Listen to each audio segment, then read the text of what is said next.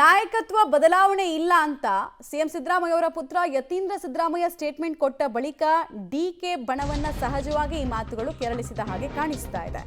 So DK ಬಣಕ್ಕೆ ಬೇಸರ ತರಿಸಿದ ಯತೀಂದ್ರ ಅವರ statement.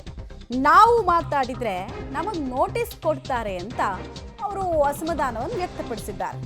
ನಾವು ಮಾತಾಡಿದ್ರೆ ಬಲಾತ್ಕಾರ, ಅವರು ಮಾತಾಡಿದ್ರೆ ಚಮತ್ಕಾರನಾ? ನಮ್ಮ ವರಿಷ್ಠರು ಅಷ್ಟು ವೀಕ್ ಅಲ್ಲ, ಬಲಿಷ್ಠವಾಗಿದೆ. ಹೈಕಮಾಂಡ್ ಎಲ್ಲದರ ಬಗ್ಗೆ ತೀರ್ಮಾನವನ್ನು ತೆಗೆದುಕೊಳ್ತಾರೆ.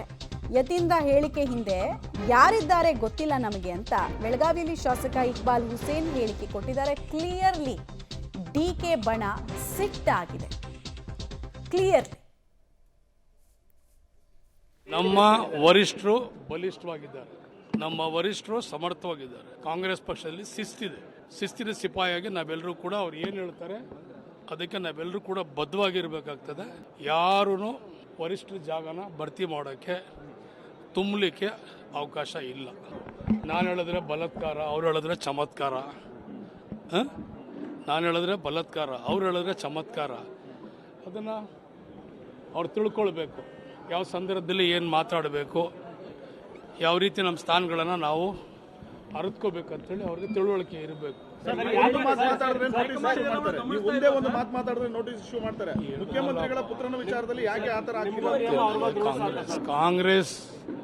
ಕಾಂಗ್ರೆಸ್ ಪಕ್ಷ ಎಲ್ರಿಗೂ ಸಮಾನವಾಗಿ ನೋಡ್ತದೆ. ಇಲ್ಲಿ ಯಾವುದೇ ರೀತಿಯಲ್ಲಿ ಕಾನೂನು ಚೌಕಟ್ಟಲ್ಲಿ ಕಾಂಗ್ರೆಸ್ನಲ್ಲಿ ಈಗ ನೀವೆಲ್ಲ ನೋಡಿದ್ದೀರಿ ಯಾರ್ಯಾರಿಗೆ ಯಾವ್ಯಾವ ರೀತಿ ನಡೆಸ್ಕೊಂಡಿದ್ದಾರೆ ಅಂದ್ಬಿಟ್ಟು ಕಾಂಗ್ರೆಸ್ ಪಕ್ಷ ತಾವೆಲ್ಲೂ ಕೂಡ ನೋಡಿದ್ದೀರಿ.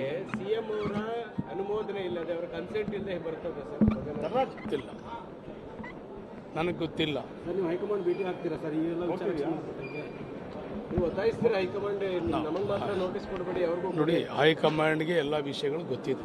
ಪಕ್ಷ, ಸಂಘಟನೆ, ಹೋರಾಟ, ಶ್ರಮ, ಬೆವರು ಎಲ್ಲವೂ ಕೂಡ ಗೊತ್ತಿದೆ.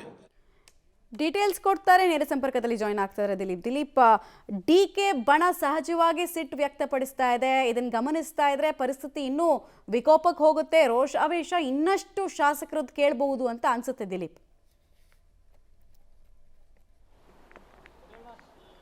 ಹೌದು, ಏನಂತಂದರೆ ಮಮತಾ ಪ್ರಮುಖವಾಗಿ ಒಬ್ಬರು ಒಂದು ವಿಚಾರಗಳನ್ನ ಹೇಳುವಂಥದ್ದು, ಮತ್ತೊಂದಿಷ್ಟು ಅವ್ರ ವಿಚಾರ ಹೇಳ್ತು. ಎಲ್ಲೋ ಒಂದು ಕಡೆ ಒಂದಿಷ್ಟು ನಾಯಕರುಗಳಿಗೆ ಒಂದು ಸಂದೇಶನ ರವಾನೆ ಮಾಡ್ತಾ ಇದ್ದಾರೆ ಅಥವಾ ಹೈಕಮಾಂಡ್ಗೆ ಸಂದೇಶನ ರವಾನೆ ಮಾಡ್ತಾ ಇದ್ದಾರೆ ಗೊತ್ತಾಗ್ತಾ ಇಲ್ಲ. ಯಾಕಂತಂದರೆ ಇಲ್ಲಿ ಪ್ರತಿಯೊಬ್ಬರು ಅವರೇ ಆದಂಥ ಒಂದು ಸ್ಟ್ಯಾಂಡ್ಗಳನ್ನ ಹೇಳ್ತಾರೆ. ಇವತ್ತು ಯತೀಂದ್ರ ಈ ಹೋಟೆಲ್ ಮುಂದ್ಗಡೆ, ಖಾಸಗಿ ಹೋಟೆಲ್ ಮುಂದ್ಗಡೆ ಬಂದು ಹೇಳಿದರೆ ಏನಂತಂದರೆ, ಇಲ್ಲ ಹೈಕಮಾಂಡ್ ವಿಚಾರ, ಹೈಕಮಾಂಡ್ ಈಗಾಗಲೇ ಸ್ಪಷ್ಟಪಡಿಸಿದೆ ಏನಂತಂದರೆ 5 ವರ್ಷ ಸಿಎಂ ಸಿದ್ದರಾಮಯ್ಯ ಅವರೇ ಮುಂದುವರಿತಾರೆ ಹಾಗೆ ಅಂತಾರೆ. ಜೊತೆಗೆ ಏನಂತಂದರೆ ಈ ವಿಚಾರವನ್ನು ಏನಂತಂದರೆ ಮುಖ್ಯಮಂತ್ರಿಗಳು ಹೇಳಬೇಕು ಅಂತ ಹೇಳಿ ಒಂದಿಷ್ಟು ಡಿ ಕೆ ಶಿವಕುಮಾರ್ ಅವರು ಕೂಡ ಆಗ್ರಹ ಮಾಡಿರುವಂಥ. ಹೀಗಾಗಿ ಎಲ್ಲೋ ಒಂದು ಕಡೆ ಸಂದೇಶ ರವಾನೆ ಆಗ್ತಿರು ಅಂತ ಹೇಳ್ಬೋದು ಮಮತಾ.